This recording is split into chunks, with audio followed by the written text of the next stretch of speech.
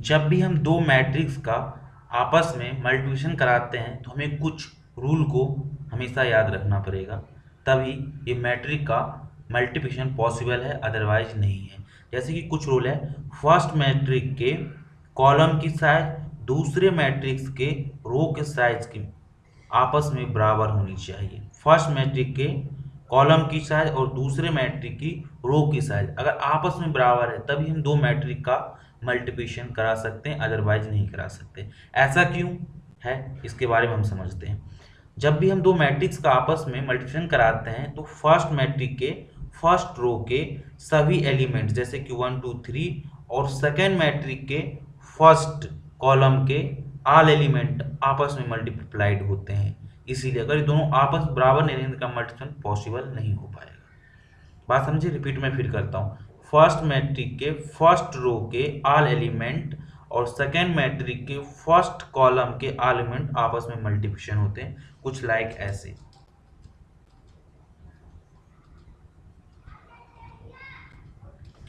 जैसे कि देखिए हम यहाँ पर अगर मल्टीप्लिकेशन दो मैट्रिक्स कराना होगा हमें, तो हमें फर्स्ट मैट्रिक के फर्स्ट रो के सभी एलिमेंट को सेकेंड मैट्रिक के फर्स्ट कॉलम के सभी एलिमेंट को आपस में मल्टीप्लिकेशन करना पड़ेगा। जैसे कि यहाँ पर मल्टीप्लिकेशन हो रहा है 1 का 1 से, यहाँ पे देखिए प्लस 2 का 1 के साथ और 3 का 1 के साथ यहाँ पर ये किया गया है।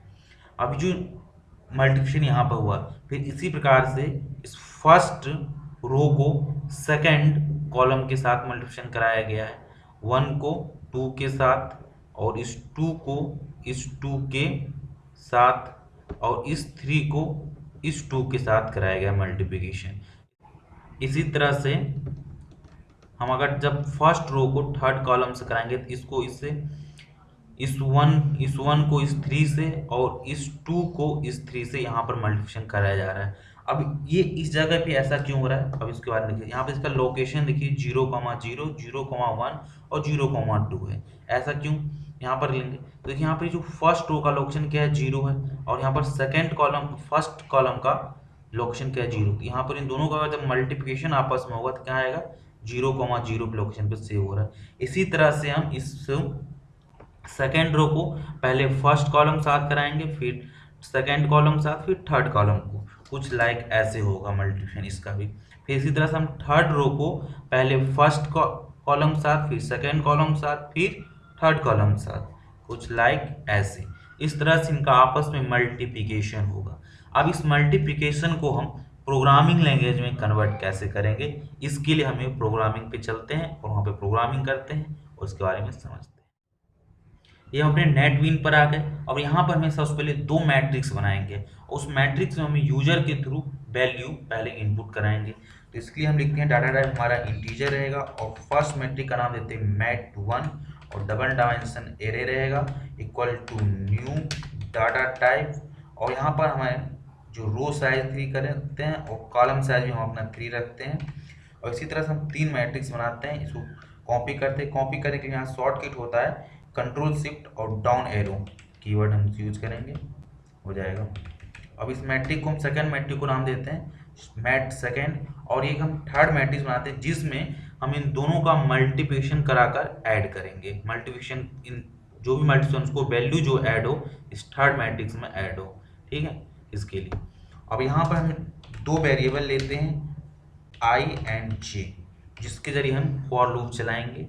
एक लूप रहेगा आउटर के लिए, एक इनर लूप रहेगा, ओके।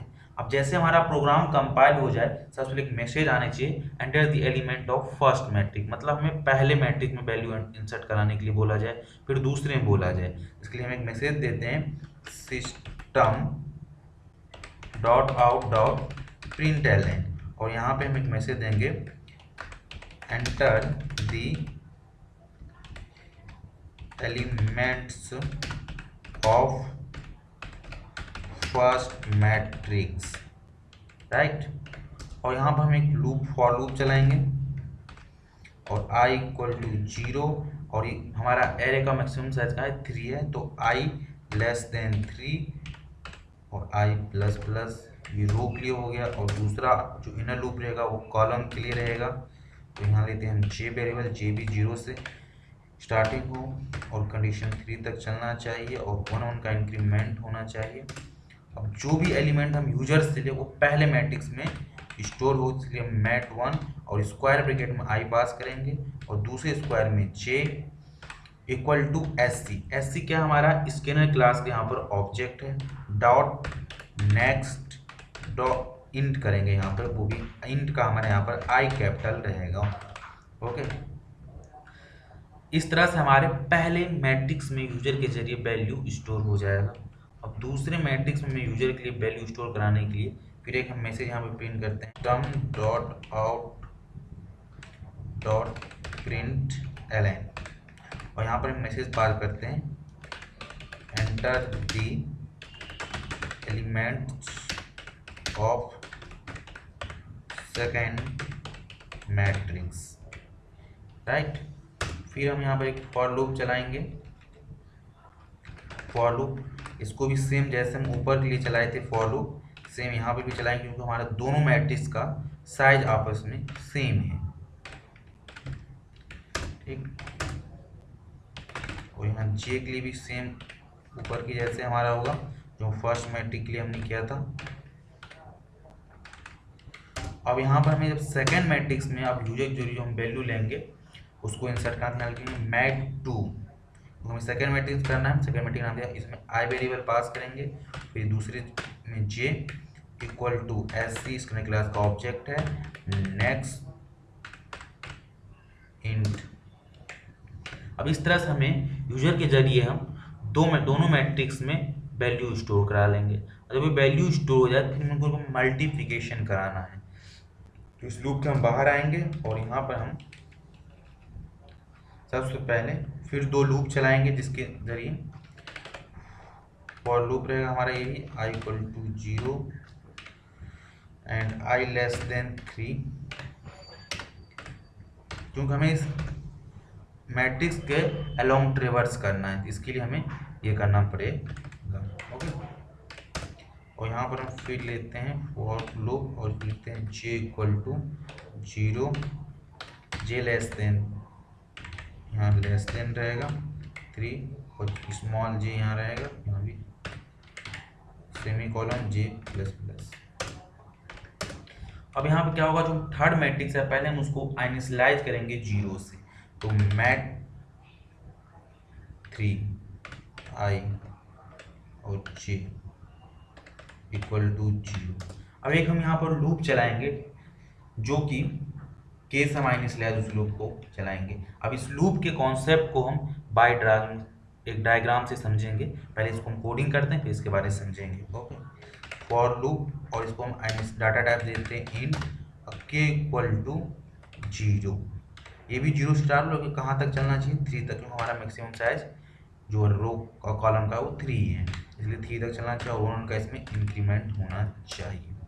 अब हमें मैट्रिक्स को मल्टीप्लिकेशन कराने के बाद जो वैल्यू स्टोर होना चाहिए थर्ड मैट्रिक में होना चाहिए, इसके लिए यहाँ लिखेंगे मैट थर्ड और उसमें वेरिएबल आई जे पास कर देंगे, ठीक है, इक्वल टू मैट 3, हम उसके 0 से इनिशियलाइज किए हैं तो पहले इसमें जो भी आए वो ऐड हो जाए, ठीक है। अब हमारा जो कोडिंग कर रहे हैं ये है हमारा एक्चुअली मल्टीप्लिकेशन के लिए, तो यहाँ पर हम लिखेंगे मैट 1 आई, इसमें फर्स्ट स्क्वायर ब्रैकेट पास करेंगे और सेकेंड में के मल्टीप्लिकेशन मैट 2 के सेकेंड में जी, इस तरह से हम यहाँ पर जे को पास करेंगे। ओके, अब ये जो के हमने वेरिएबल आखिर ये ऐसा काम क्या कर रहा है इसके हम लॉजिक समझेंगे पहले, फिर आगे अपनी हम प्रोग्रामिंग स्टार्ट करेंगे आखिर क्या है। तो के को समझने के लिए हम एक डायग्राम पर चलते हैं। आइए, जब भी हम दो मैट्रिक्स का मल्टीप्लिकेशन कराते हैं तो यहाँ पर आप ध्यान से देखिए, जो ये पहली रो है इसकी वैल्यू हर समय चेंज हो रहा है, इसी तरह इस वैल्यू चेंज हो रहा है। पहले यहाँ पे 0 पे रहेगा, फिर लोकेशन पे, फिर ये 1 पे आ जा रहा है, फिर 2 पे आ जा रहा है। उसी तरह से इसमें भी देखिए, पहले कॉलम के लिए यहाँ पर वैल्यू 0 पर रहेगा, फिर 1 पर, ये फिर 2 पर, इस तरह से वैल्यू चेंज होते जा रहा है। बट यहाँ पर जो रो का वैल्यू है वो सेम है और यहाँ पर कॉलम का वैल्यू सेम है, दोनों का। ये कॉलम का वैल्यू ऊपर वाला होता है, देखिए 0 सभी के लिए सेम है, जबकि यहाँ पर ये रो सबके लिए अलग अलग वैल्यू आ रहा है। इसी तरह से इस भी मैट्रिक में सभी के लिए रो तो से रो का वैल्यू सेम है, बट कॉलम का जो ये वैल्यू है इन 1 2 3 के लिए चेंज हो रहा है। इसी तरह यहाँ पर देखिए पहले वो जीरो किए हैं, तो यहाँ पर जो हम ये के लिए हैं बेसिकली काम क्या करेगा, जैसे यहाँ पर हम चलेंगे तो यहाँ पर ये फर्स्ट मैट्रिक हो गया, थर्ड मैट्रिक, और यहाँ पर ये देखिए आई यहाँ क्या है जीरो, ये सभी के लिए सेम है, बट यहाँ के कैसा क्या वैल्यू है जो सबके लिए चेंज हो रहा है। तो यहाँ भी चेंज हो रहा है जीरो के लिए, और यहाँ भी चेंज हो रहा है, ये वैल्यू के ट्रेवर्स होना आएगा। अब हमें इसके अलोंग अगर ट्रेवर्स करना है तो कैसी वेरिएबल की नीड पड़ेगी जो इसके अलोंग मुझे ट्रेवर्स करा सके। सेम इसी तरह से फर्स्ट मैट्रिक में हमारे लिए कॉलम का काम करेगा। जैसे यहाँ पर देखिए फर्स्ट मैट्रिक में क्या है वैल्यू चेंज हो रहा है, तो यहाँ पर हम क्या करेंगे कॉलम जगह पे के रखेंगे। इसी तरह दूसरे मैट्रिक में अगर हम जब देखें तो यहाँ पर सभी का रो का वैल्यू देखिए चेंज हो रहा है इंडेक्स नंबर। इसी तरह से हम के दिए जो इसके अलोंग हमें ट्रेवर्स करा सके और इनको आपस में मल्टीप्लिकेशन करा सके। आई होप आप समझ गए होंगे। मैं फिर से रिपीट करता हूँ, जो फर्स्ट मैट्रिक है इसके देखिए कॉलम की जगह पर हमने के पास किया है। यहाँ पर क्या है कॉलम की देखिए वैल्यू, तो यहाँ पर भी जीरो है, फिर 1 है, फिर 2 है, बट आई का वैल्यू सेम है। तो यहाँ पर आई का वैल्यू सेम रहा, लेकिन के का वैल्यू हमें चेंज होते मिलना चाहिए, इसके लिए इसकी जगह पे कॉलम जगह पे हम वैल्यू पास किए। इसी तरह से हमारे जब सेकेंड मैट्रिक में आते हैं तो सभी के लिए जो यहाँ पर है कॉलम की वैल्यू तो सेम है, बट रो की वैल्यू चेंज हो रहा है, रो की वैल्यू चेंज हो रहा है। देखिए यहाँ पर 1 जीरो है, फिर 1 है, 2 है, इसी जगह रो जगह पे हम के पास किए और इसमें कॉलम जगह पर हम के पास किया। आई होप आप इस लॉजिक से आप समझ पाए होंगे कि आखिर के का क्या लॉजिक है इस प्रोग्राम में। तो आइए हम अपने एक्चुअल प्रोग्राम पे चलते हैं। यहाँ तक तो हमारा कोडिंग हो गया है। अब इसको मल्टीप्लिकेशन होकर ये वैल्यू इसमें स्टोर हो गया। अब इसे हमें प्रिंट कराना है, तो प्रिंट कराने के लिए इस प्लेस लूप से हम बाहर निकलेंगे। ओके, अब लूप से बाहर निकलने वाले यहाँ पे एक मैसेज देते हैं system dot out dot println tricks हो जाना चाहिए। और फिर इसको हमें प्रिंट करना है तो हमें उसके अलोंग वैल्यू जाकर टिकाना पड़ेगा। तो i equal to 0, i less than 3 और आई प्लस प्लस। इसी तरह से हम कॉलम के लिए लेंगे फॉर लूप और j equal to 0, j less than 3, j plus plus, और यहाँ पे हम इसको प्रिंट करा देंगे। मैट्रिक जो लिखेंगे system dot out dot print केवल लेंगे। प्रिंट इसलिए लेंगे क्योंकि हम चाहते हैं जब एक रो प्रिंट हो जाए तभी हमारा सेकेंड जब रो प्रिंट हो तो न्यू लाइन्स हो, इसलिए हम प्रिंट यहाँ पे ले रहे हैं। ओके, यहाँ पे हम आई पास करेंगे फर्स्ट स्क्वायर ब्रैकेट में और सेकेंड में हम जे कर देंगे। और चाहते हैं कि हम कि जो उसके एलिमेंट हो उसके बीच में थोड़ा स्पेस हो, इसके लिए हम प्लस पाइन लेंगे और डबल कोट के बीच में थोड़ा स्पेस 1 स्पेस देंगे।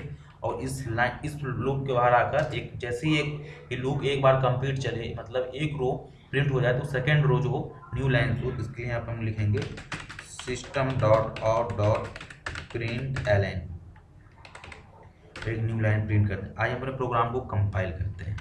F6 मैंने प्रेस किया और यहाँ पर लिख के आ गया enter the element of first matrix. Okay, तो यहाँ लिखते हैं 1 2 3 1 2 3 1 2 3 और enter the element of second matrix, इसके भी लिखते हैं 1 2 3 1 2 3 1 2 3 और हमारा मैट्रिक का ये रहा आउटपुट। मल्टीप्लिकेशन ऑफ 2 मैट्रिक्स यहाँ पर जब आप करिएगा तो इससे भी 6 12 13 आ जाएगा।